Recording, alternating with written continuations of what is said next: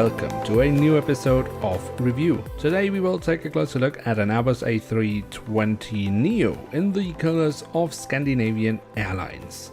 As always, we start off with the box, and here we can see in the front side we have the cutout so we can get a glimpse of the aircraft inside, and we do also have the Scandinavian Airlines branding.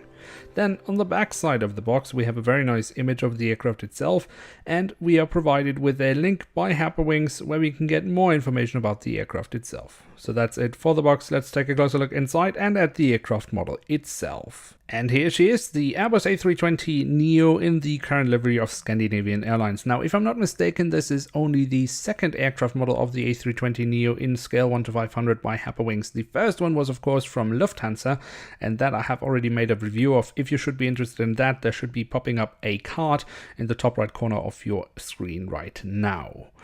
But let's not waste any more time with that. Let's take a look at this aircraft model. And as always, we start off with the tail section of the aircraft. And here we can see on the vertical stabilizer, we have the Scandinavian Airlines branding. On the fuselage, we then have the three flags of the home countries of this airline and the full registration code of the aircraft. Then, if we move from the back of the aircraft all the way to the front of the aircraft, we can see along the fuselage the writing of Scandinavian Airlines. We also have the Star Alliance logo, of which Scandinavian Airlines is a founding member.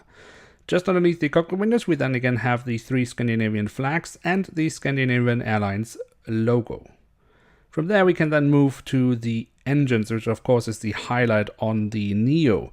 Massive engine nacelles, where you again have the Scandinavian Airlines branding. And if we look at the engines themselves, we can see here on the backside that looks really cool. But also if you look into the engines where we can see the fan blades, that does look really stunning indeed. But there are many other really nice details on this aircraft. For example, the winglets that look really nice with the Scandinavian Airlines blue and the SAS branding on both sides.